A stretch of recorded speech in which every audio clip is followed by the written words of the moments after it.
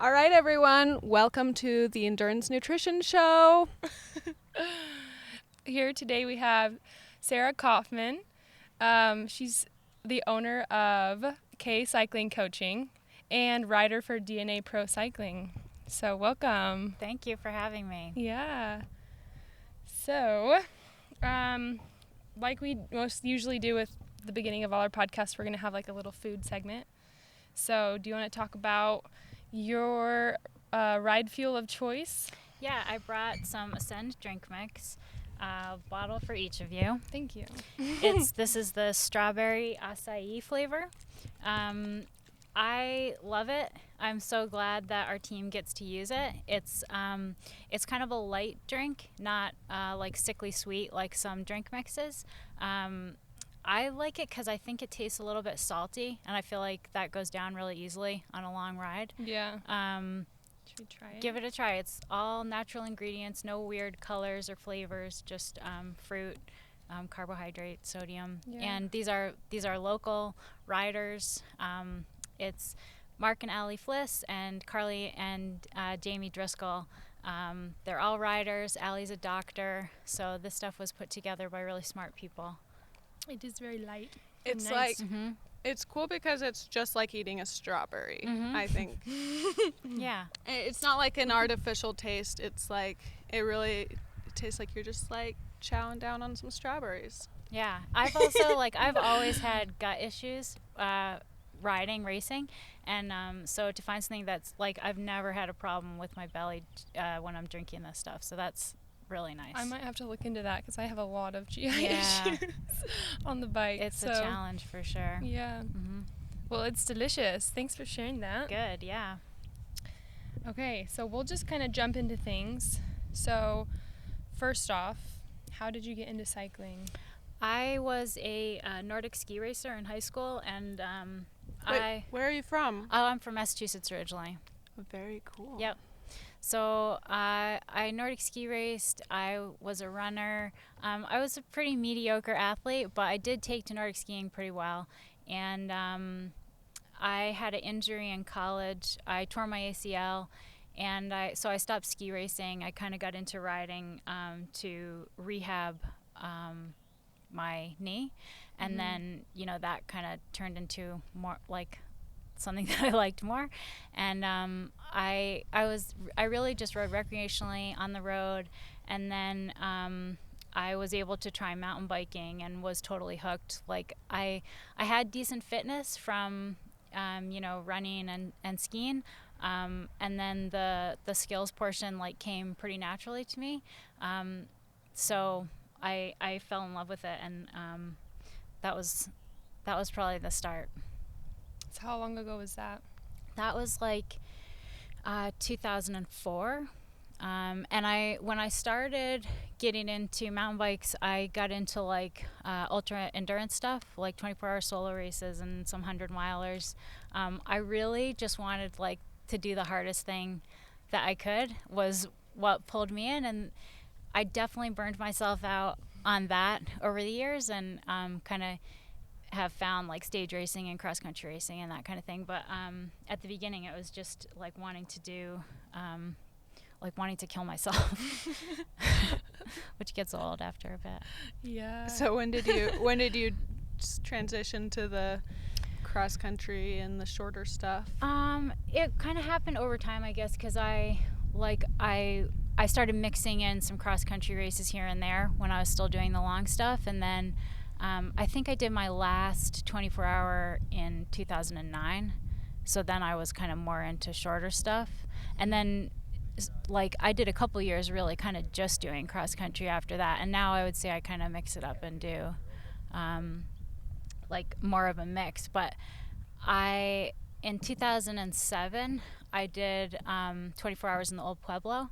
And that was kind of a turning point for me because I won the race, and I really, it was just a total shock. I had no aspirations to win it, no expectation to win it. And so when I did, that was kind of I actually had a job offer at the time to that would have necessitated like kind of giving up riding or racing more seriously. And when I won that race, I was just like, I'm not ready to let this go yet.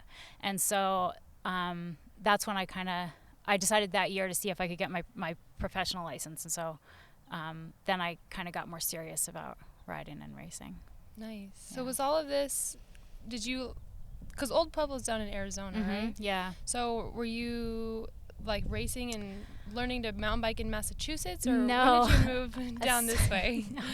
I grew up in Massachusetts. I went to college in Maine, and then I moved to San Francisco after college. I lived in San Francisco for 3 or 4 years, and that's when I got introduced to mountain biking.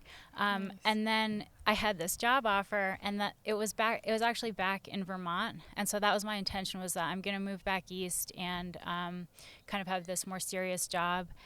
And but I was like, well, on the way, I'll just take my time and drive across country and ride some cool trails on the way. And I got to Nevada, to these trails outside Vegas called Bootleg Canyon. And from there, I think I was staying outside of Vegas, and I went and did the Old Pueblo race. And then when I kind of made that decision, I turned down this job. I went back to Bootleg Canyon, and I just kind of stayed there for a while. And then I kind of bounced around from California, Nevada, Colorado, and then I ended up here in 2009. Nice. Yeah. What made you want to stay here? Anything in particular? Riding. Yeah. It's just too good. Yeah. I mean, I love Massachusetts. I love home, but the like recreation opportunities out here are pretty hard to compete with. Yeah. It's true. It's awesome. Yeah. So were you living just on like professional cycling income, or like? Yeah. You're right. No, I was like, I was working in bike shops. I was working as a substitute teacher. What else did I do? I did a lot of like odd jobs. I mean, I lived in a tent in the summer. I would like, rent a room here and there. Like it was a pretty dirtbag lifestyle, which, it got old after a while. So when I moved here to Utah, I was like, all right, time to like find a job that's a bit more stable. And that's what I did. I worked for a company up in Ogden called Elite Electrolytes. I don't even think they're around anymore, but they were really accommodating as far as letting me, like, I worked basically full time, but I had hours that allowed me to train, and I could, take long weekends to go race and that kind of thing. So it worked for me to kind of continue riding and racing, but not be such a dirtbag. Yeah. I could afford an apartment. And That's awesome. Yeah. That's a very adventurous kind of journey into mountain bike racing. Yeah.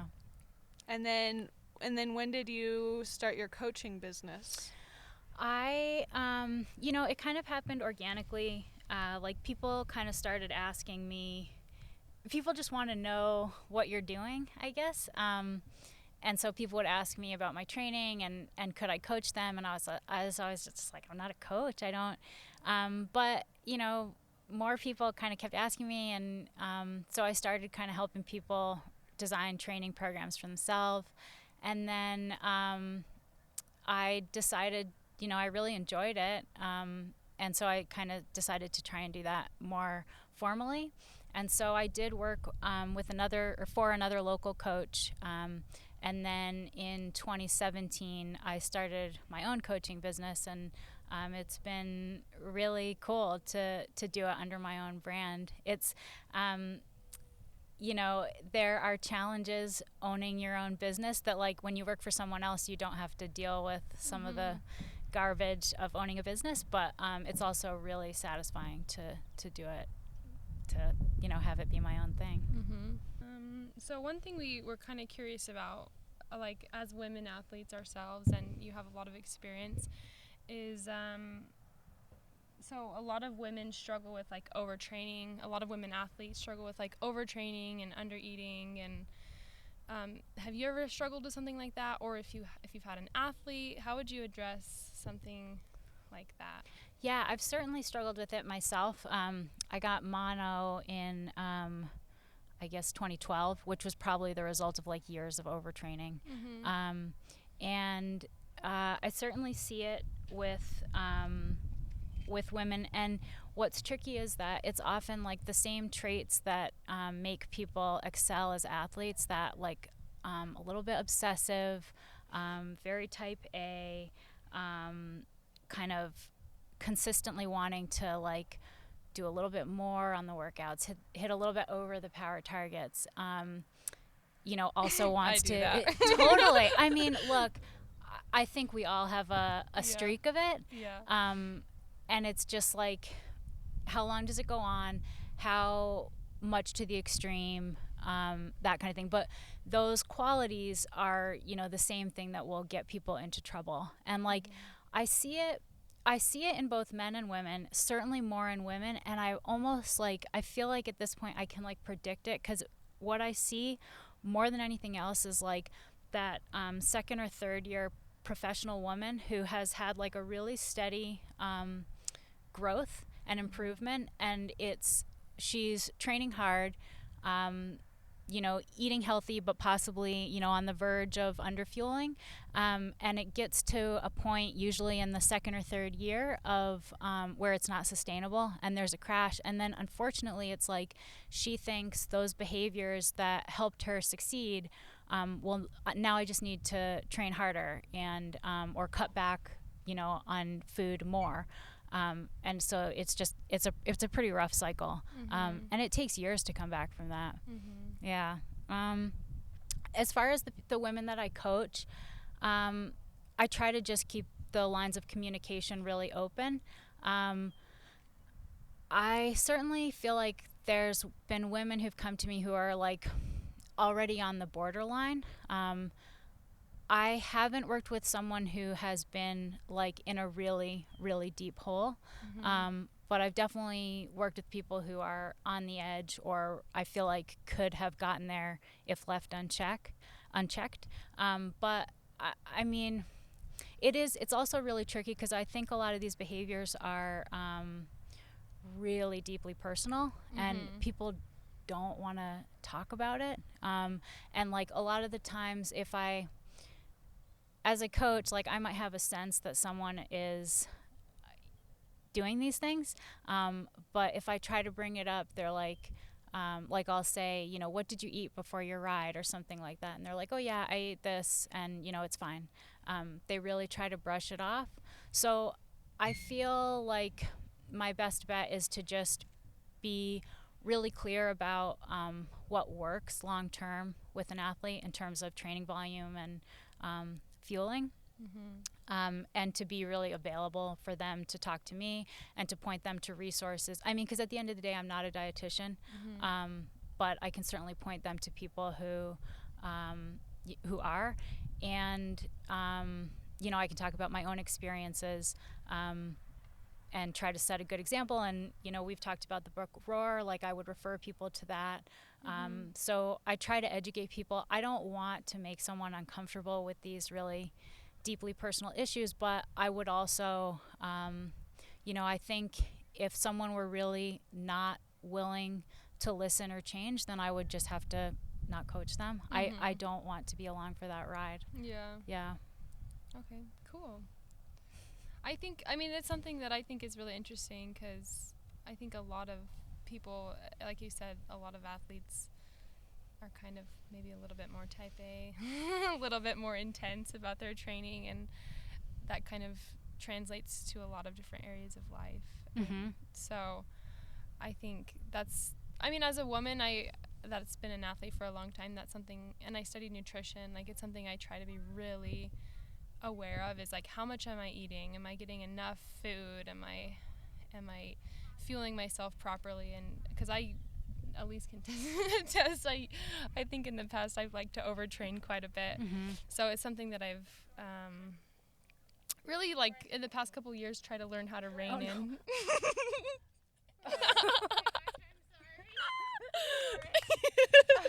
I hope he got it. we had a little sandwich no. and the dog had a little treat. Man, I wish that was on the camera. I know. Oh my gosh. Oh, boy. That's a good way to lighten things up. Yeah. Yeah, sorry, I was a real downer, but No, no. I really appreciate it because I think it's important for people, you know, to really learn. As someone who studied nutrition, I think it's really important for people to learn and understand how essential proper fueling is to athletic performance. Yeah. I mean, it's not just women. I would say it's certainly more common in women, but men too. And you know, I think Stacy Sims has done a pretty amazing job of educating people. And you know, I kind of envy like those of you who are a little bit younger and getting into this stuff now. Like, that information was not available 10 years ago, you know. So it's really cool. Even a few years ago, Totally. you know, there was not a lot of resources specific to women athletes. Yeah, and issues of relative energy deficiency. And I brought this copy of the book. Oops, I'm like covering it up. But so you've read Roar. I mean, there's so many awesome things in there, but do you have anything in the book that really stood out to you that's helped you? Or your athletes? Yeah, there are so many things, and I do, like, all the women that I coach, I refer them to that book. I would say the stuff, well, at least what pops into my head immediately is like the really specific protocols that she gives for like the week before you start your cycle has really helped me. And just being aware, like I have tracked my cycle for years, but not necessarily with anything more than just tracking it. Now that I know what's actually going on in my body and what I can expect, you know, it's like when you feel crappy for a week, if you're not aware that oh, this is like something that I can expect and it's not a big deal, if you just think you feel crappy for a week, like as an athlete, that can be really kind of alarming. Yeah. And I really like how she points out that the day you start your period is like your hormones are the lowest, where you're actually going to be performing the best. So then rather it like flips a switch. So rather than like, oh, I'm on my period, like rather than using that as an excuse, like now you're like, oh my gosh, I have the best performance benefits. Totally. Like, I'm going to go out and crush some intervals. Yeah, Totally. Seriously, I feel like I really celebrate my period now, like for a lot of different reasons, but that's one of them. That's right. Just changing the context is pretty powerful. Yeah. Going back to what you had said about the specific protocol before, like the week before you start your period, do you recall what that is? Gosh, I don't remember the exact numbers, but it's like fish oil, magnesium, zinc, and baby aspirin. I don't remember the numbers. Okay. We can put that on the afterwards. But it's really helpful. Yeah. What type of benefits have you noticed from that? Because I read about that, but I haven't implemented it myself. I would just say like a general dulling of those kind of premenstrual symptoms. Yeah. Sweet. Yeah. Now you have something to look forward to. Yeah, we'll try that out and then see how that helps. So. One thing I was curious about is what is kind of your fueling strategy going into races? Yeah, I mean, honestly, I would say the thing that I've learned is I do have like specific things that I try to follow, but honestly, it seems like as soon as you figure out and you're like, oh, I've got this nailed, like I know what I need to do, then your body's like, oh, no, sorry, it's not going to work this time. Yeah, so like not being married to a specific plan. For races, I generally use like some kind of blocks, either goos or Cliff blocks, and Ascend mix. I always use Ascend mix. Even like I will destroy a Camelback so that I can have it in a race. I usually like I'll just put water in for training, but for a race it's worth it. It's hard for me to eat like more complex food in a race, even if it's long. Although in the last few years, like the longest races I've done are 4.5, maybe 5 hours. So yeah, blocks and Ascend. For training, I definitely will use more fuel, but more food, but still, like, I always take blocks. I always take Ascend, but maybe like a peanut butter and jelly sandwich too or something. Mm-hmm. Yeah. Cool. That's how I kind of, well, I mean, it's nice though, like all those quick energies, it's just nice to like have them in the cupboard, and like on the day to day it's just like, oh well, I only have time to just grab these things. But Saturdays I usually try to make something that's a little bit more substantial. Yeah. If I'm going out on More a real really food. long ride. It's hard to just have like sickly sweet stuff for the whole ride. And it's like, you know, when you're out there for many hours, like, that gets pretty boring. It's nice to be like, oh, I'm going to have a sandwich at the top of this climb or something like that. I started doing, per the suggestion of my brother, like those Uncrustable sandwiches. There you go. Yeah. And they're awesome. You like pull them out of the freezer. They kind of keep you cool in the back a little bit. And then by the time you eat it, it's all thawed out. Nice. Do you have a most memorable race? That's what I was thought looking so. at. Yeah. And I saw that question. I was like, man, they're all so good. I would say, like, when I think about like race excitement, like I think about like the World Cup races I've done, like nothing will top that. It's just wild to stand there on the start line with these, like, you know, the best in the world, even if I'm not going to see them for the rest of the race. But in terms of like looking back, like the most fulfilling experiences, like I got to race a couple times in Vietnam and in Guatemala doing stage races, and those were just, you know, the experience was like a lot more than the race, just to see these cultures and get to ride in these places. Like, I've told this story about the race in Guatemala. We would do, and actually this is food related, so it's appropriate, but we did this like super steep, loose descent, kind of like a corkscrew down to this riverbed, and then at the bottom was water crossing, and then you have to go up like the equivalent steepless thing on the other side, and it's hike-a-bike.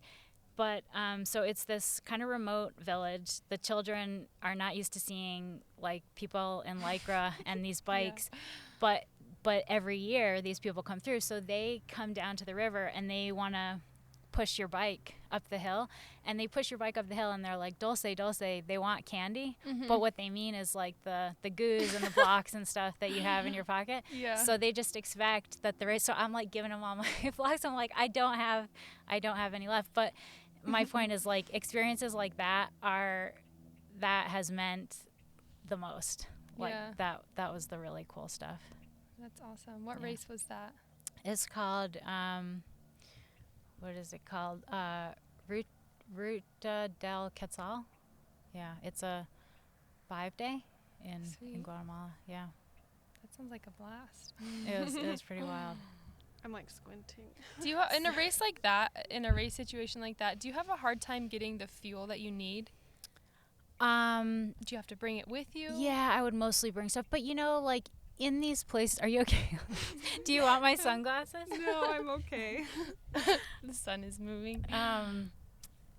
I mostly brought stuff, but they're well supported races. Like, if I hadn't brought stuff, I would have been able to find it. I mean, if you walk into a bike shop, like, they have stuff. But like, being a little bit of a controlling, obsessive racer, then I always just brought stuff. Yeah. Were you staying in? Did you have kitchens or like? We were in hotels, and it's like. What about your meal? Like, were you able to get have stuff for meals that you brought? Or? It was like communal style, like in a big hall, and they would provide a dinner, and it was always that's nice. It was good food. Yeah. And these are things that I knew people who'd done the race before, so I would ask them like what I could expect. In Vietnam, I'm trying to remember, that was like we were going out to restaurants. And definitely for both of those, I like had a talk with myself beforehand that was like, okay, you're going to let go of these, like, I have to eat this and this after or before the race or whatever. Like, you just can't in the, you know what I mean? And and also like you won't have the same experience if you try to do that. Mm-hmm. You like, part of it is to just like roll with the punches and eat this weird food, and Mm-hmm. it worked out. I mean, I got really in Vietnam I got really sick, but that was after the race, so it didn't matter. Yeah, that's good. But like, yeah, it's a risk. Uh-huh. But to me it was worth it. I wanted to eat the food and have the whole experience. Mm-hmm. Yeah. I remember this one race we did. It was a stage race, and it was a hill climb, and that stage was a hill climb, and I ate like so much fried rice. Like, I thought I was gonna throw up. Right before the race, I had eaten it. Like, I had like an hour. Oh no. And do you remember that? What At race Baker? was it? Yeah. Was it Baker? Yeah, I was at Baker. And but I felt so good during the race. I was like, I must have needed that. Really? Yeah. Totally. So That's awesome. yeah, it's kind of funny. And there's a vote for just listening to your body, right? It'll tell you what you need. Yeah. Yeah. So Yeah. especially in the middle of a stage race, I feel like you just need calories at that point. So Yeah. it's like, just eat something. But I remember that whole weekend, it just felt like I wasn't getting enough food, and in general, just there weren't a lot of restaurants really, and so that's why I kind of wondered Okay. about. I was Yeah. like, were you able to? Yeah, we were. I mean, yeah, the race in Guatemala, they were feeding us. I mean, like at BC Bike Race, they were feeding us. I guess all the stage races I've done, Transylvania, Quebec, they were feeding us. But yeah, in Vietnam, I think there were just always restaurants. Yeah. Yum. Yeah, I mean, for the most part, they know like people are going to want to eat a lot if they're racing their bike every day, so Yeah. they try to kind Yeah. of keep you covered. Yeah. Yeah. That's Pho, I think that's Yeah. Vietnamese, is Yeah. actually one of my favorite things to eat before a race, because it's like lots of liquids, lots of carbohydrates, some salt. Yeah. Well, it's funny, they eat it as breakfast there. Oh, yeah? It's like I would eat traditional pho as breakfast. breakfast. There you go. Perfect. So Yeah. sweet. And these are mountain bike stage races then. Yeah. Yep. So how long is each stage usually? Well, in terms of mileage, it really varies depending on the terrain. Usually, I would say 20 to 50 miles. So it's kind of a range, I guess. But it depends on the race, depends on the day. Like, some are longer. I want to say BC Bike Race has some longer stages, but they're mostly short. They, like, the lead women, it was usually like 2 to 3.5 hours, I would say, of racing on these. And those are like 5 days. It varies. The one in Vietnam was a 3-day. Guatemala was 5 days. BC is 7. Quebec is 6. Transylvania is 7. So it varies. Yeah. Yeah. Nice. What is it like being on DNA On the cycling, and Yeah. how long have you been on So that? this is my second year on the team. I have known Kathy and Alex, who own and manage the team, for years, probably since I moved to Utah. And I want to say 7 years ago, they had put together a women's road team. And I was always a fan of the team and fans of those guys. And I love DNA. I was wearing the clothing, and I know the people that own the company, and they're great. And then I guess 3 years ago, I noticed that they were kind of stepping into some gravel racing. And I was like, and I had been on the stands team for years, and I stopped. I wasn't on a team for 2018, I guess. And I noticed that they were kind of stepping into some gravel, and I was like, well, maybe they want to step into some mountain bike racing, because they also have Katie Klaus, who races mountain bike. And so I went to them and asked if they were interested, and they were, and it's been really fun to be on the team. And it's funny for me, because a lot of the time I'm traveling by myself. I don't get to travel with the girls on the team that much, but like, we have team camp, and I'll see them there, and get to follow them on social media and be fans of them. And is that just thing. because they're more road focused and you're more mountain focused? Yeah, they're road and gravel for the most part. Katie and I were at nationals together last year, but yeah, for the most part, they're road and gravel. But yeah, I mean, Kathy and Alex have done a lot in the local cycling community and the broader cycling community, and DNA also has, put a lot of resources into our local cycling community. Mm-hmm. Yeah. They definitely support a lot of local race series and. Yeah, it's like you can't go to a race in Utah without their support. Seriously. Yep. Cool. And then we also wanted to know what your personal nutrition philosophy is. Yeah, this one's funny because I think I feel like I've tried everything, like every dietary dogma that's out there, and I feel like I'm at my healthiest, and I would say now it's just like at 38 years old, I finally just learned how to listen to my body, and it really would have been cool to learn that like 20 years ago or before that. But yeah, I think it's really, there's so, like, it's like religion, the way that people like will follow a certain diet or way of eating, and it's easy to like want to fit in this box, I think, but at the end of the day, it's just really hard for me to believe that there's one right way that's going to work for everyone, and it's hard to really tap into your body and listen to what it's telling you, and especially because like those cues aren't always like instantaneous or really clear, so it definitely takes a lot of work to listen to your body. But ultimately I think that's I would say my dietary philosophy is more like there's no one right answer, and really try to listen to your body and figure out what works for you. Yeah, that's pretty sound advice, I'd say. Thanks, from the nutritionist. Yeah, I mean, that's what I do. I'm not as type A as like some athletes. I kind of struggle actually with a lot of structure and like being told what to do. So for me, the whole like listen to your body has been really kind of empowering. Like, if I want to eat, some junk, like for me, that actually makes me feel better, like getting those higher calories in. And so. And what about you?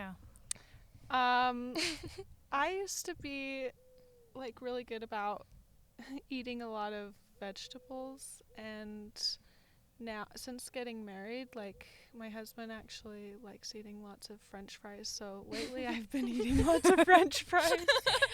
Just being completely honest. Yeah. So, but I love that.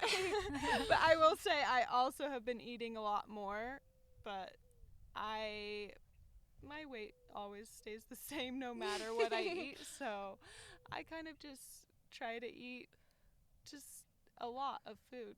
Yeah. So that's I feel like you listen to your body well though, because for you, like, you have to eat meat after a ride. Like, it makes you feel, you know what I mean? Yeah. Versus like that's what makes you feel good, so you eat that. I think for me, I went through a period of time where I didn't necessarily think that I was under eating, but looking back, I definitely was, because I thought like, oh, you have to be this certain weight to be this fast, And then this past maybe year and a half, I've actually started like tracking my macros to make sure, like, okay, are you actually getting enough calories and enough protein and enough fat and enough carbohydrates for what you're asking your body to do? And that's been a huge change for me. Like, I feel like I have so much more energy. I feel like I recover a lot more quickly, and I gained probably 5 pounds, but I feel so much stronger. Yeah. So I feel like sometimes I feel like women especially, I'm sure men are the same way, but like you think, oh, I have to be this weight to be fast or something, and so it's like putting on that weight can seem a little bit scary, but I actually feel like it's improved my performance. Yeah, for sure. So. I have those conversations with people. Yeah. Yeah, it's and usually once they see the watts come up, then they buy in a little bit. Yeah. They need a little bit of proof, and then they're like, okay, Yep. I believe it. Yep. Cool. So to finish things off, we just have some rapid fire random questions. So, question 1, do you prefer salty or sweet? Oh man, I like everything. It just depends on my mood. Like, chips are so good, but so is candy. So I don't know. Ascend is the best of both worlds. There you go. Yeah. Yeah. I can't. Or I'll say sweet. I definitely have a sweet tooth. Okay. Yeah. If you could eat one thing for the rest of your life, what would it be? Oh man. Is this like based on being healthy or just like Whatever you know, think. just probably ice cream? Nutritionally sound ice cream. Yeah. Yeah. Nice. Okay. What's your favorite bike workout? I mean, it's not a structured ride, but I just to go on a long mountain bike ride, like on technical trails or. But as far as like a structured workout, I really like kind of over/under workouts that you know the intervals are changing. Yeah. Nice. Kind of over/unders. Emily and I are gonna do one of those today. All right. Yeah, just Later later today. today. Awesome. Emily's nervous. I'm nervous. That's fun. They're fun. Well, I'm just nervous because it's like FTP watts and then like 125% like back and forth for a long it's time. like so I'm like, yeah. I'm nervous. FTP Yeah. VO2. Okay. That's hard. So Yeah. overs. Yeah. Yeah. Nice. I don't know the terminology. I just see it on the paper. Anyways, okay. What's our next one? Have you picked up any new skills or hobbies during the quarantine? You know, I'd like to say I wanted to.